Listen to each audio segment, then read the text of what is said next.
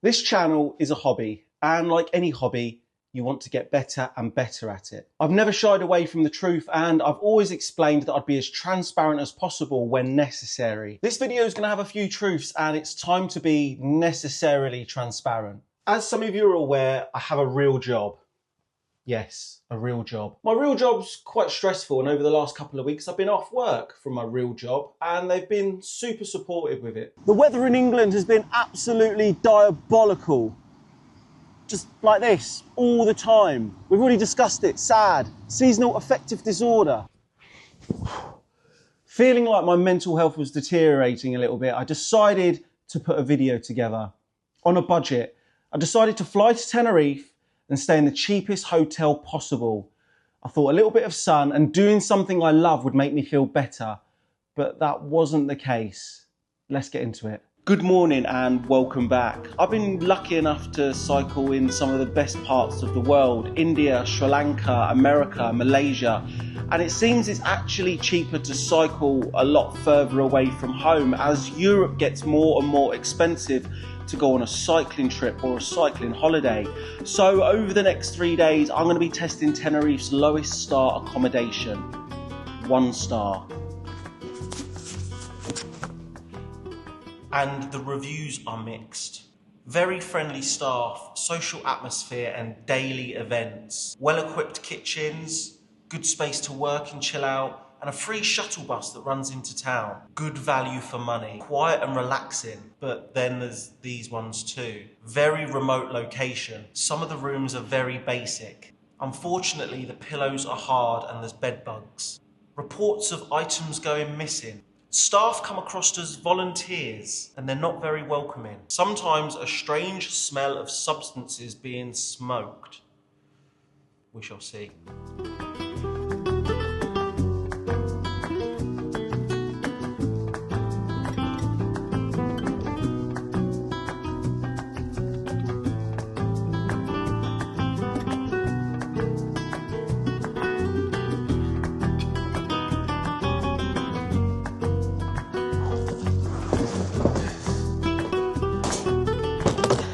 During this video, I'll let you know how much all this has cost, but I'm doing it as cheap as possible.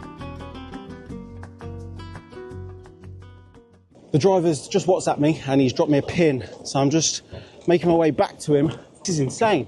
It's raining. I've come all the way to Tenerife to ride in the sun and it's absolutely tipping it down. It's going to be a disastrous 3 days from the beginning. I did mention that I was bringing a bike, but I'm not too sure even if they've passed that on, and well, I hope that there's a car or a van big enough to hold the bike box.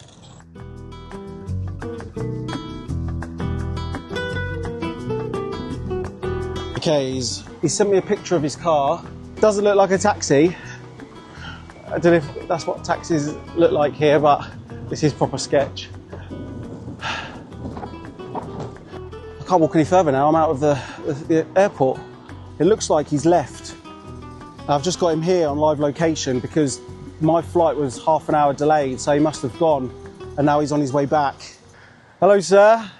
I didn't know if you'd come or not. Good? Yeah, I'm good. You? I didn't know whether it was going to be a taxi or... Yeah, it's something. Sort of a taxi. Did you wait and then go? I was waiting for 1 hour. Oh, sorry. No, don't worry, it's fine.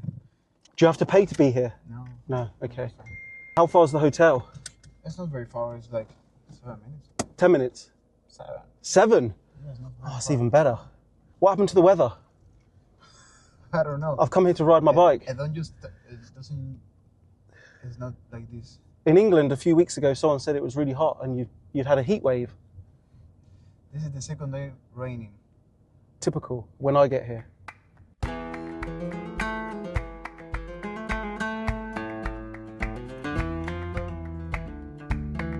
Thank you, sir. Sorry you had to wait an hour before. I know. That is how close we are to the airport. Incredible. Hello? Can I check in? Hello, mate. You all right? How you doing? Good, how are you? I'm good.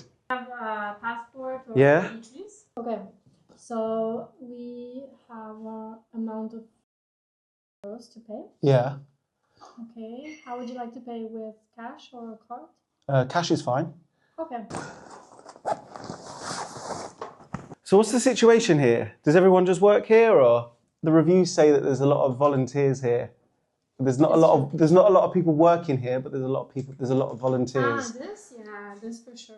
Davide, how many volunteers are there now? 8 at the moment. Okay. 8, Thank you. 9 more or less.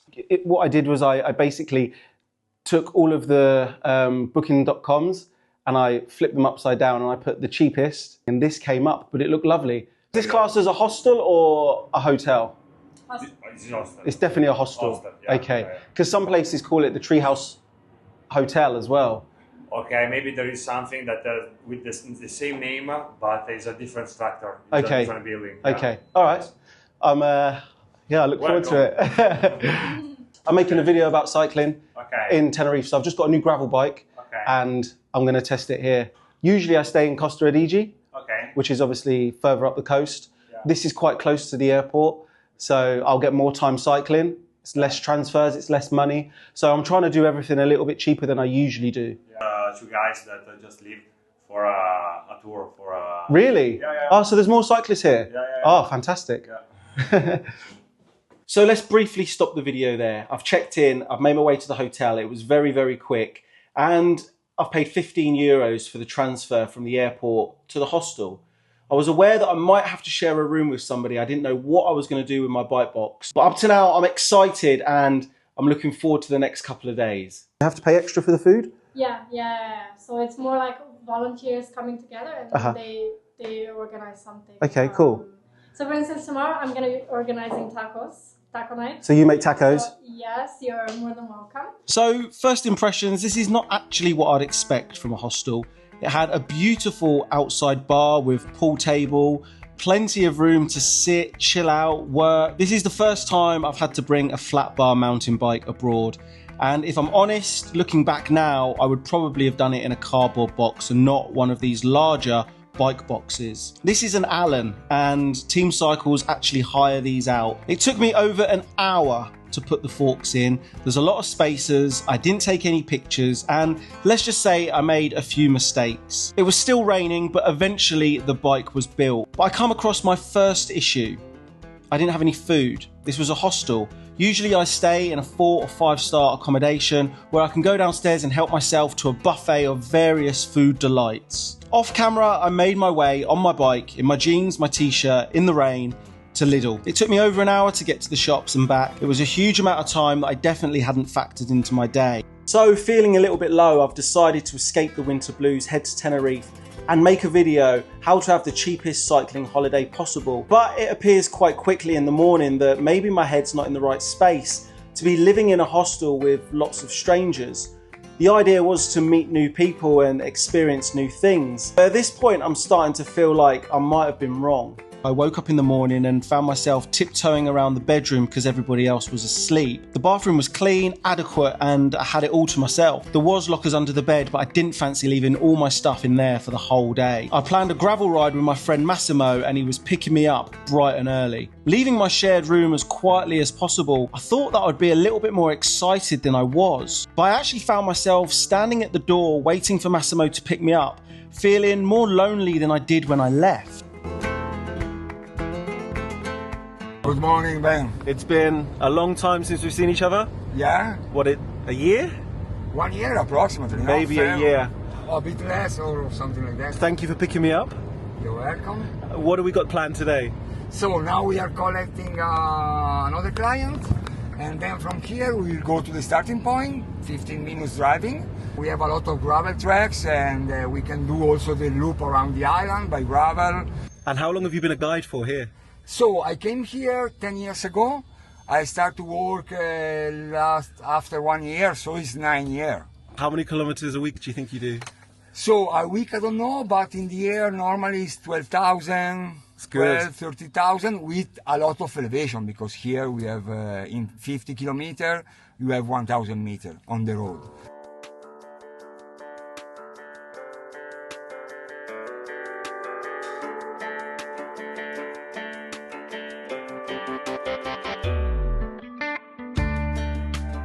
We are above Santiago del Teide. We are in the area of Montagna Bilma, that is this ex-volcano. And that lava we saw here is the lava flow from the eruption of El Ciniero. El Ciniero is the youngest eruption in the island, the youngest volcano. The last eruption has been in 1909, so a bit more than 100 years ago. And the lava went in this direction. And now, in some kilometers, we will cross the Arena Negra area. That is where the ash of that eruption went. Gravel is very thin, all black. This is called Arena Negra, black sand for this reason. And we will cross that part, and then at the end of the tour, we will be above there, and we will see very well the crater of El Ciniero. So a beautiful morning cycling the gravel paths of Tenerife, just around Mount Teide. I've done a little bit of gravel around Mount Teide before with Tomo, who actually works with Massimo. That was about a year ago now, and he absolutely ripped my legs off. I was on my gravel bike and so was he. These guys are riding every single day, some really good base miles, and yeah, I wasn't prepared for it. Today I'm riding my new Scott scale. It's got rigid forks on it, flat handlebars, which I've cut 40mm off each side, so they're a bit shorter. And this is its first big test really, because last time I came here, I realised the gravel was so gravelly that I could have done with a mountain bike. The new Scott scale is a crossover between both. So hopefully it should be a good day out and I'll be able to handle everything. The last time I came here, there's a video down below called Gravel in Tenerife, or the best gravel in Tenerife. And I came here and it was thick of fog. We were in the clouds and I haven't seen it look like this before. It's so green and lush. But yeah, before it was like something from that film Planet of the Apes. I felt like I was on the moon. But it's such a cool environment to ride in. The great thing about this is if you're not an experienced gravel rider or adventure seeker, you're not good with maps and things like that, you just want to go out and explore, this route you're never too far away from a road. I know where the road is from it, it's just above us. So if I did get a little bit lost or I felt a little bit uncomfortable, I could just go up there. I know this route and yeah, it is fantastic. I've got a guide with me today, and later on we can talk about how much something like this costs and why it's worthwhile doing. But even me, I could have done this route on my own if I wanted to, but it's still nice to do it with a guide.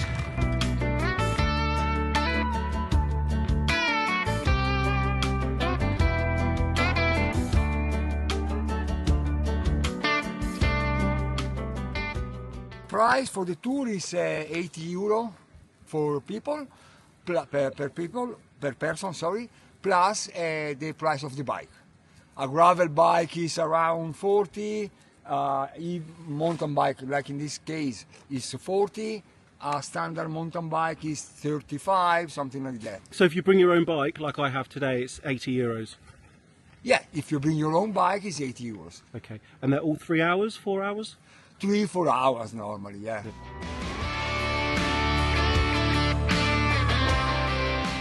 This bike's handled this type of gravel a lot better than my Boon did last year. It's quite damp, there's been a lot of rain recently, so it's a bit more grippier. It's not as dry as it was when I was here last year. I'm actually back again in 12 weeks time. I'm not too sure if I should bring the road bike. Because I've sort of stopped riding road in England, I think I probably should bring my road bike here. Like Massimo said, this route is 30 kilometres long. It'll take you round about 2 hours. We've been averaging about 16 or 17 kilometres an hour. So that gives you a good idea of what it might be for you. I'll leave the link in the description below for this route once I've finished it. So if you want to take it on, you can see exactly where we parked, where we started and where we finished. Oh.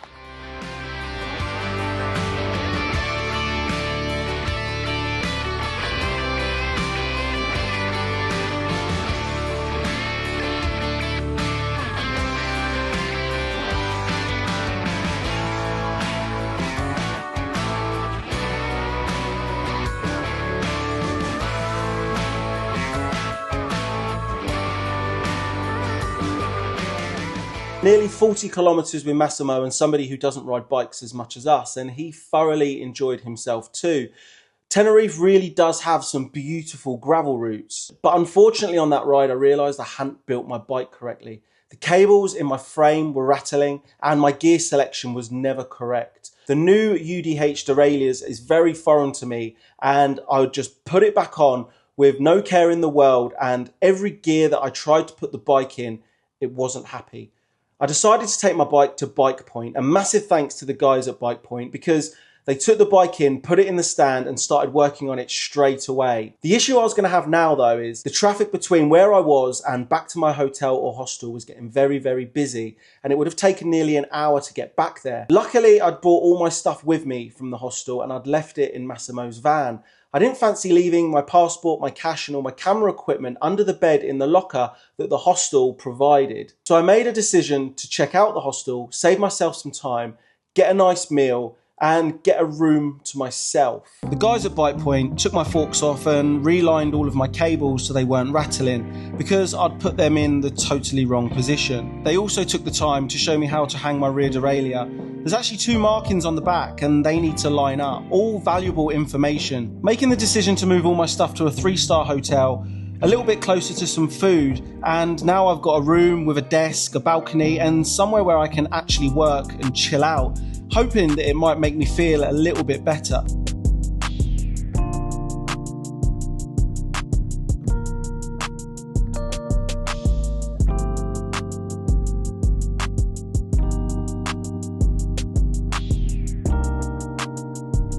I woke up in the morning and took the executive decision not to vlog.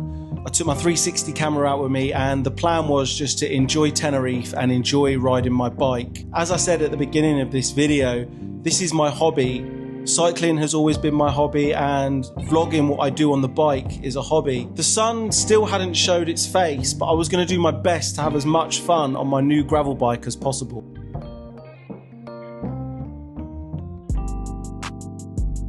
Packing up my bike the following day, I felt like I'd failed on what I wanted to achieve. The plan was to come to Tenerife and have the cheapest cycling holiday possible. But in fact, it cost me a little bit more money than I actually bargained for. I can tell you now, the flights cost me just short of £250. And if I was to stay in the hostel or hotel that I stayed in the first night, for the whole 3 nights, it would have cost me €60, which is around about €20 a night, which is an absolute bargain. Yes, it was in the middle of nowhere, and I probably should have done a little bit of investigation first to find out where I can get some food from and some snacks for my ride the next day. And then life might have been made a little bit easier for me. So my poor preparation hindered what could have been a more comfortable stay. And then my last hotel for the last 2 nights cost me again £200. So not an expensive trip, but also not a cheap trip either. This video for me was about stepping out the box, trying to create something a little bit different and give more information on an island that you might not have been to. I had 2 options when I returned from Tenerife. This hasn't been the video that I wanted to make. It was about staying in the cheapest accommodation and having a budget bike holiday. But my head wasn't in it. I could have disregarded the footage, never to be seen again, but I've decided to tell the truth and just show you the full ins and outs of what actually happens when you decide to do something and it doesn't go to plan. I thought it was going to make me feel a lot better, flying to a hot country and filming something that I love to film, and in retrospect, it made me feel worse. I've now edited this video and watching it back, I've realised it is okay to feel not okay. And I think that's what this video has now told a story about. That sometimes we really do think we want something, and when we get it, it's not exactly how we expected it. Best part about producing these videos for me is the comment section. Leave your comments, let us know your experiences, and have you ever wanted to do something so badly you've gone to do it and it hasn't been the outcome in which you thought. As always, I'm going to leave this video here. Please remember to comment, like and subscribe, and I'll see everyone on the next one.